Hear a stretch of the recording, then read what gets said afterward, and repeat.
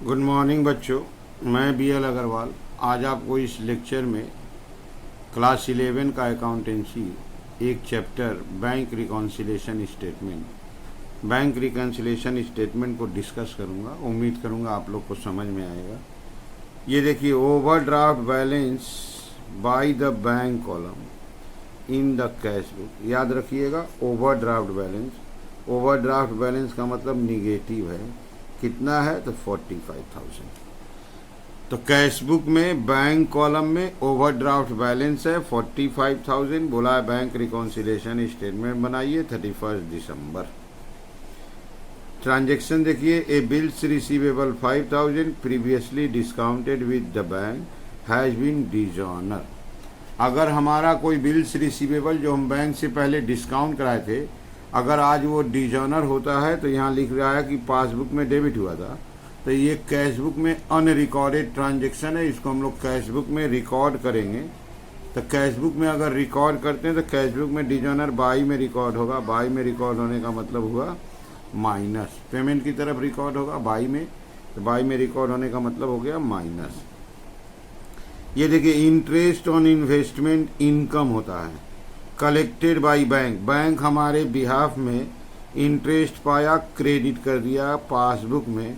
इसको हम लोग को कैश बुक में रिकॉर्ड करना होगा। इंटरेस्ट ऑन इन्वेस्टमेंट इनकम है, कैश बुक का 2 में रिकॉर्ड करेंगे। 2 में रिकॉर्ड करने का मतलब हो गया plus. Check deposited but not collected by bank minus होता है। चेक जब हम लोग पाते हैं, किसी से रिसीव करते हैं, तो कैश बुक का 2 में लिख के बैंक में जमा कर देते हैं। यहाँ लिखा है व्हाट नॉट कलेक्टेड। हम लोग चेक रिसीव किए, डिपॉजिट किए, कैश बुक का 2 में लिखे। हमारा कैश बुक इंक्रीज हो गया, अभी बैंक में रिकॉर्ड नहीं हुआ, तो कैश बुक को माइनस कर देंगे। इंटरेस्ट चार्ज बाई बैंक, ये एक्सपेंस है। ओवरड्राफ्ट बैलेंस के ऊपर बैंक इंटरेस्ट चार्ज किया है, इसको हम लोग कैश बुक में रिकॉर्ड करेंगे। इंटरेस्ट एक्सपेंस है, बाई में रिकॉर्ड करेंगे, दैट इज माइनस। ओके, ये है cheque issued but not presented for payment. ये ऑलवेज प्लस किया जाता है। हम लोग कोई चेक इशू किए थे, कैश बुक का बाई में लिखे थे, अभी बैंक पेमेंट नहीं किया है, तो इसको हम लोग प्लस कर देंगे। ओके, कस्टमर से डायरेक्टली पेमेंट रिसीव्ड है, directly deposit by customer into bank. कोई कस्टमर अगर बैंक में जमा कर देता है, हमको पता नहीं, कैश बुक में रिसीव की तरफ लिखना है, डिपॉजिट की तरफ लिखना है, दैट इज प्लस। ये देखिएगा, cheque recorded in the cash book but not send for collection. ये चेक डिपॉजिटेड की तरह होता है कि हम डिपॉजिट किए हैं, बैंक नहीं लिखा है। हम चेक मिला, कैश बुक का 2 में लिख लिए, बैंक में जमा देना भूल गए, that is minus. Bank charges cash book के बाई में लिखेंगे, that is minus. Bank charges not recorded in cash book या bank charges debited in passbook, that is हम लोग को कैश बुक में लिखना है। बैंक चार्ज एक्सपेंस है, बाई में लिखना है, तो माइनस। चलिए VRS में इसको पुट करके देखा जाए। Okay,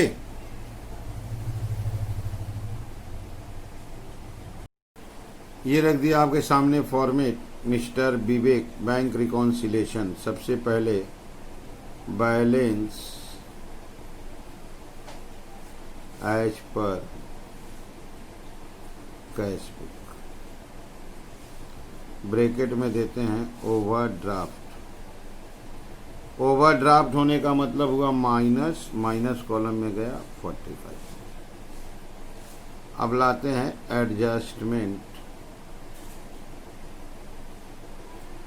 adjustment for discounted bills receivable dishonoured. हम लोग का कोई बिल्स रिसीवेबल था जिसको हम लोग डिस्काउंट कराए थे, वो डिजॉनर हो गया, that is minus. Cash book का बाई में लिखना है, minus 5,000। Interest on investment, interest on investment collected by bank. Bank हमारे नाम से इंटरेस्ट ऑन इन्वेस्टमेंट कलेक्ट किया है, इनकम है, 2 में लिखना है, प्लस। इसके बाद है check deposited, check deposited but not collected by bank, हम लोग चेक जमा किए, बैंक अभी कलेक्ट नहीं किया है, -7,500। उसके बाद है interest charge by bank not recorded in cash book. Minus होगा, इंटरेस्ट चार्ज बाई बैंक है, माइनस करेंगे, एक्सपेंस है, कैश बुक का बाई में लिखते हैं। Cheque issued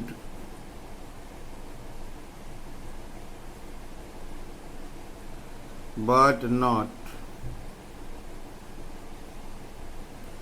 presented for payment. Cheque issue हुआ, बैंक में अभी प्रेजेंट नहीं हुआ है, इसको प्लस करेंगे 11,350। Direct deposit by customer, direct deposited by customer into bank. कोई कस्टमर बैंक में डायरेक्ट जमा कर दिया, कैश बुक में इसको रिकॉर्ड करना है, रिकॉर्ड करेंगे तो प्लस होगा 12,500। क्लियर है।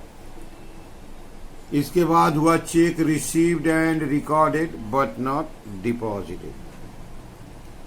Check received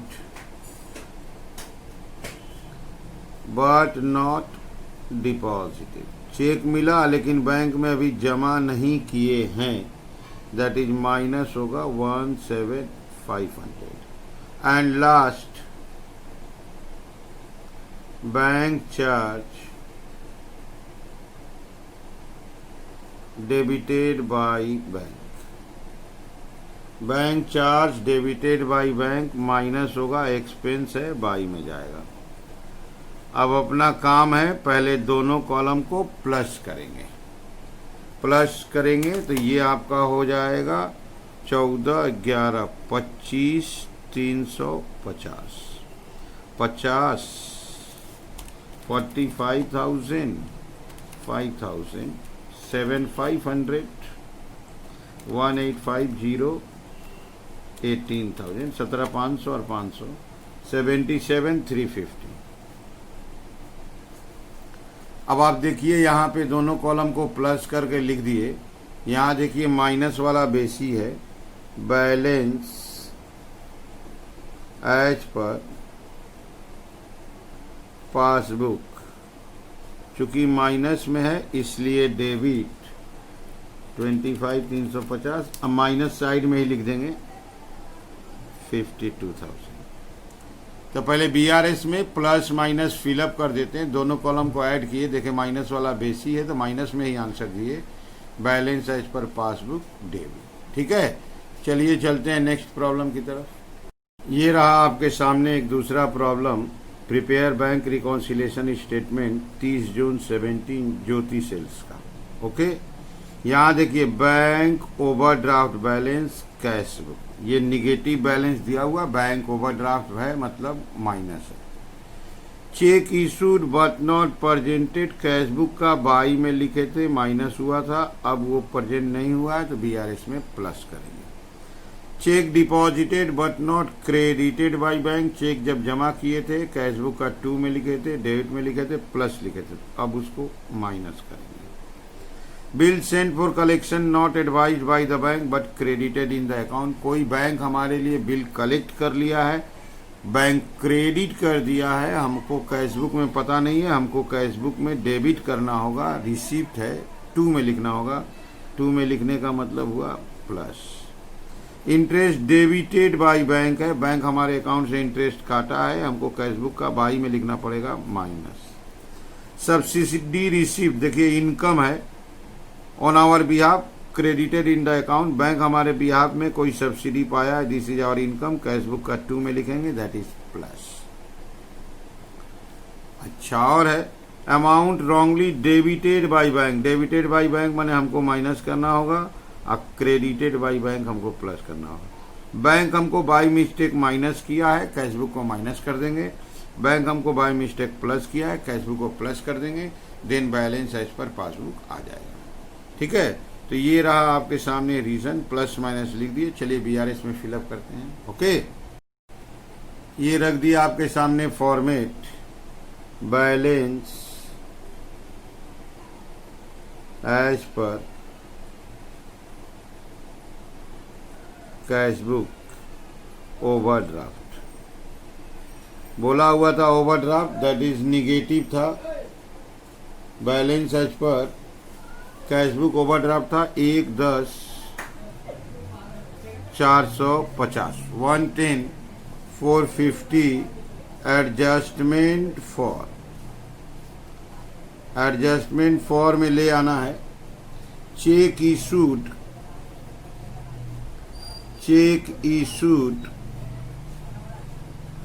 but not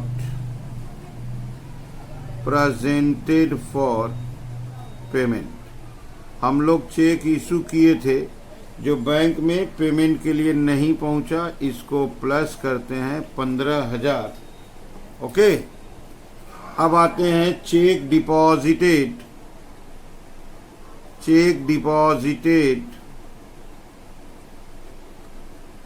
but not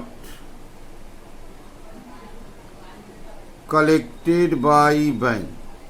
हम लोग चेक जमा किए थे लेकिन बैंक अभी कलेक्ट नहीं किया है या क्रेडिट नहीं किया, इसको माइनस करेंगे 22,750। Bill for collection collected by bank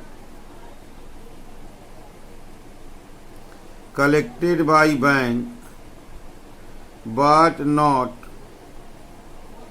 recorded in cash book में रिकॉर्ड नहीं किए हैं। पैसा मिला है, रिकॉर्ड करना चाहिए 2 में, 47,200 प्लस कर देंगे। क्लियर है? Interest debited by bank